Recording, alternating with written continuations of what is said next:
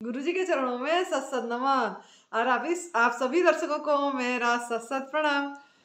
मैं साध्वी आनंदीमा दिव्याशीष आश्रम सुंदर नगर मंडी डिस्ट्रिक्ट हिमाचल प्रदेश में निवास करती हूँ।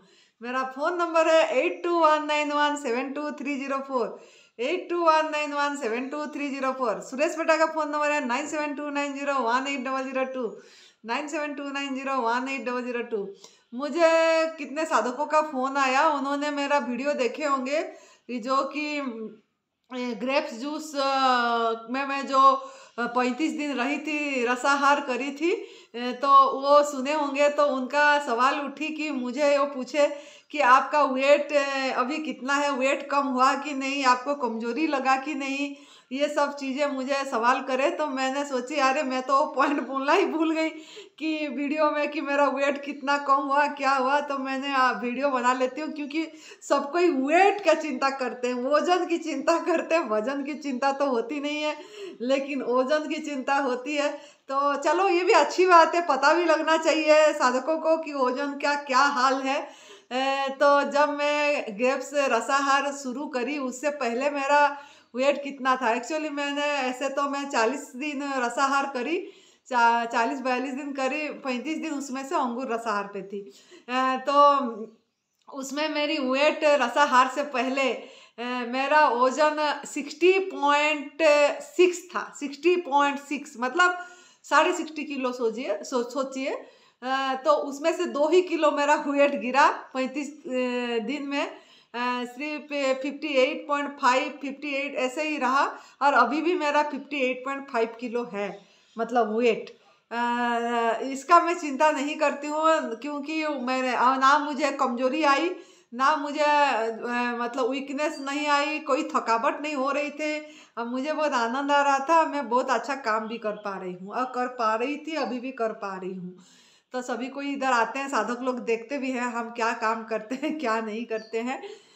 तो मेरे बोलने का मतलब आप लोगों के जो भ्रम है कि भोजन से ही शक्ति मिलती है, ये भ्रम अज्ञानता दूर करना पड़ेगा आप लोगों को। आप लोगों का बस यही है कि वेट कम हो जाती है, और आंखों के आगे अंधेरा छा जाता है, कमजोरी लगती है, वीकनेस लगती है, थकावट लगती है, कोई जैसे लगती है शरीर में जान ही नहीं है, ऐसे मतलब बोलते हैं। लेकिन ऐसा नहीं सोचना है। जब तक मतलब हमारे अंदर में गंदगी है, जब तक हमारे अंदर में टॉक्सिन है, जब तक हमारे अंदर में मल संचय हुआ है, मतलब पका हुआ भोजन, कुक फूड, जो अयोग्य आहार हमने जो जितना साल करे हैं, जितना दवाई लिए हैं, ये सब चीज़ें मृत आहार जितना हम करके हमारे पेट में, हमारे आंतों में जब तक चिपका रहेगा, तब तक आपका ओजन नहीं बढ़ेगी। और जब तक हमारे मतलब मन के अंदर में ये होगा कि हम इसमें ओजन बढ़ेगा कि नहीं, ये सब कम हो रही है, ये सब सोचते रहेंगे, तब तक भी नहीं बढ़ेगा वजन। तो आप लोग सफाई पे ध्यान दीजिए। और बहुत जैसे बहुत साधकों का सवाल हो जाती है कि एनडीएस में शाम के टाइम में 70% ये वेजिटेबल्स और 30% अनाज खाने के लिए बोला गया है रोग मुक्त होने के बाद, ऐसे काफ़ी साधकों ने बोलते हैं। लेकिन वो तो हमारा आहार एक्चुअली नहीं है। मैं बोलती हूँ जो डेड फूड हो गया, जो मृत हो गया, जो मुर्दा हो गया, हाँ, जो मतलब सड़ गया, पका के सड़ा देते हैं, चढ़ा देते हैं, वो हमारा इंसान का आहार नहीं है। कोई भी प्राणी कुक फूड नहीं खा रहा है, नमक नहीं खा रहा है, पका के नहीं खा रहा है, और अच्छे आनंद से जी रहे हैं। कुदरत को सम्मान दे के, हम भी कुदरत को अगर सम्मान देंगे तो हमारा सब कुछ ही सही हो जाएगा। और इसीलिए हम जीवंत फूड खाना चाहिए, जीवंत मतलब लाइव फूड लेना चाहिए, और जिसमें प्राण बांध हो, प्राण बांध शक्ति हो, प्राण ऊर्जा हो जिस फूड में, और जिसमें सूरज भगवान का पकाया हुआ भोजन हो। सूरज भगवान का ऊर्जा होता है, चंद्रमा का शीतलता का ऊर्जा होती है, माँ प्रकृति का, पृथ्वी माँ का इतनी मिनरल्स होता है, मिट्टी से कितने सारे चीज मिलती है माँ से, और हम उसको क्या कर रहे हैं ना, आग में चढ़ा के सड़ा देते हैं, सुखा देते हैं, और उसको डेड कर देते हैं, डेड बॉडी को हम लेते हैं। हैं। खाली नॉन वेज खाना डेड बॉडी नहीं होता, ये जो हमने जीवंत प्राणवान शक्ति को भी, फूड को भी हम डेड कर देते हैं आग में चढ़ा के। क्योंकि आपको पता है आप कितना 100 डिग्री सेंटीग्रेड में चढ़ती है, जल जाती है सब चीज़ें, और उसको हम लेते हैं। तो इसके कारण हमारा शरीर का वजन नहीं बढ़ती है। और काफ़ी कोई साधकों ने कभी कोई बता भी देते हैं कि शाम के टाइम में वजन बढ़ाने के लिए कुक फूड ले लीजिए। मैं तो ये बोलूँगी कि आप कुक फूड नहीं लेना है, नहीं लेके भी आपका वजन बढ़ेगा। खाली धीरज रखना है, विश्वास रखना है, श्रद्धा रखना है और समय को बीतने देना है। अयोग्य आहार संकल्प करना है कि अयोग्य आहार हमारे अंदर में गंदगी नहीं डालेंगे।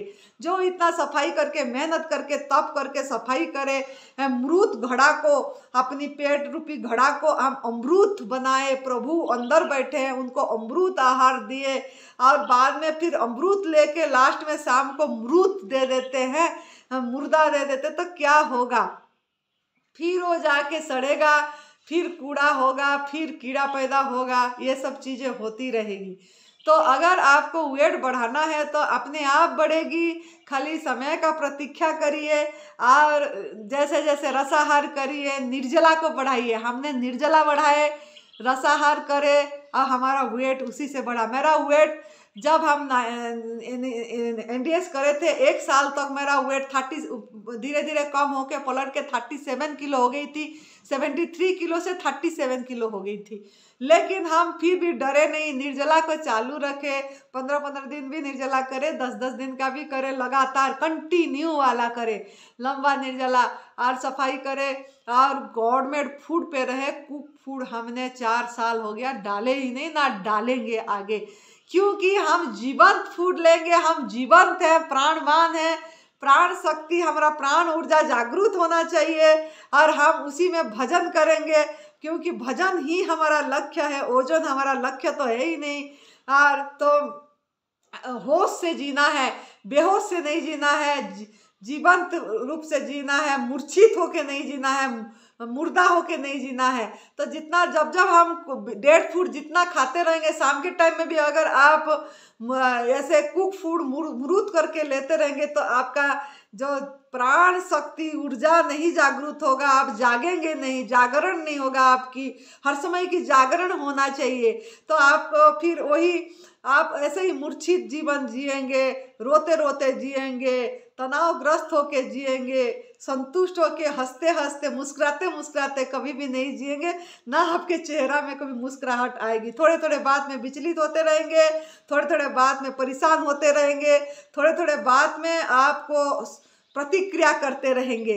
तो प्रतिक्रिया रहित जीवन जीना है तो आपको गवर्नमेंट फूड पे रहिए, विश्वास करिए अपने अंदर में जो प्राण शक्ति है, डॉक्टर बैठे हैं वही सब, आपको शरीर को कितना वेट चाहिए, क्या चाहिए, सब कुछ उनको पता है। आपको कोई सोचने की जरूरत नहीं है, आपकी बुद्धि ज़्यादा लगाने की जरूरत नहीं है, खाली समर्पित होने का जरूरत है। समर्पण भाव होना चाहिए, प्रकृति माँ के प्रति, गॉड मेड फूड के प्रति समर्पण भाव होना चाहिए, विश्वास होना चाहिए और इसी कक्षों को बढ़ाते बढ़ाते आगे निकलना चाहिए। समय को बीतने देना चाहिए। 1 साल 2 साल कितने साल रहेगा, जितना साल मतलब आपके अंदर में गंदगी होगी उतना साल आपका वेट नहीं बढ़ेगी, बाकी तो वेट बढ़ेगी ही बढ़ेगी। उनको पता है आपका शरीर में अगर वे एनर्जेटिक फील करेंगे, आप करके देखिए। तो हमको कोई अंगूर जूस पे कमजोरी नहीं आई, ना आंखों के आगे अंधेरा छाया, ना हमको वीकनेस लगी, ना हम थकावट फील करे, उल्टा बहुत प्राणवान फील करे। जो भी हमारा उभार बहुत आया, उभार जो भी आया हम उसको साखी भाव से देखते रहे, बीतने दे ये सफाई हो रही है, टॉक्सिन तो निकलेगी। कभी उल्टी हो रही थी तो पानी पी के वमन क्रिया करना पड़ता था, एनिमा बार बार करना पड़ता है। एनिमा करने से उसी से गंदगी निकलती है, सफाई होती है। तो इसमें तो हमारा अच्छा ही अच्छा होता है, इसमें तो खजाना ही खजाना मिलता है, कुछ करना नहीं पड़ता है। तो आप लोग वेट की चिंता मत करिए, थोड़ी वेट कम होगी तो बढ़ भी जाएगी। तो हमारा तो कांस्टेंट है, अभी 58.5 59 ऐसे ही रहते, 60 से 58 के बीच में रहती है। और हमारा खुश है, हम उससे वजन कम भी करना नहीं चाहते, क्योंकि न्यू डाइट सिस्टम में जो ही तो लोगों ने करते ही नहीं है, देखने से परेशान हो जाते हैं। अरे ये कैसे दिख रहे हैं, ये करने से हम भी ऐसे दिख जाएंगे, हम नहीं करेंगे, ऐसे बोलते हैं।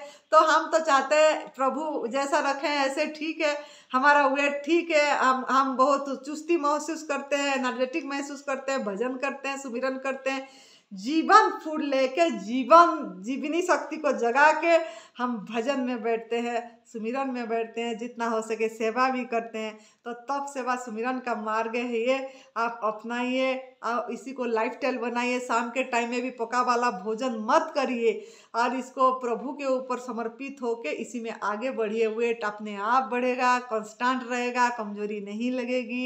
ये हमारा खुद का अनुभव है, तो सेल्फ एक्सपीरियंस हम सुनाए हमारा, तो आप लोग करिए। अभी भी हम 7 दिन हो गया, अभी हम अंगूर जूस पे है, फिर दोबारा आज हमारा तारीख हो गई 18 मार्च 2023। अभी भी हम रसाहार पे अंगूर एक ही मोनो जूस पे है, और आगे 22 तारीख को निर्जला फास्टिंग आ रही है। नवरात्र, चैत्र नवरात्र 22 मार्च 2023 से 30 मार्च 2023 तक है। तो आप लोग भी निर्जला फास्टिंग करिए, और यहाँ करना चाहते हैं सामूहिक भाव से तो यहाँ दिव्य आशीष परम सुख आश्रम में आइए। हमारा शिविर है निर्जला फास्टिंग की, और इसका मौका उठाइए। और मतलब यहाँ व्यवस्था देखना नहीं पड़ेगा, विश्राम मिलेगा, और निःशुल्क है। बड़ी बात है, कोई भी यहाँ शिविर होती है निःशुल्क होती है, तो आप लोग इसका आनंद लेना चाहिए। प्रकृति के साथ, वातावरण के साथ सामूहिक ध्यान भजन का करना चाहिए, सुमिरन करना चाहिए। इसी के लिए मनुष्य जीवन मिला है, तो इसका लाभ उठाइए। खुश रहिए, मस्त रहिए, तंदुरुस्त रहिए, आनंद में रहिए। जय तंदुरुस्ती, जय तंदुरुस्ती।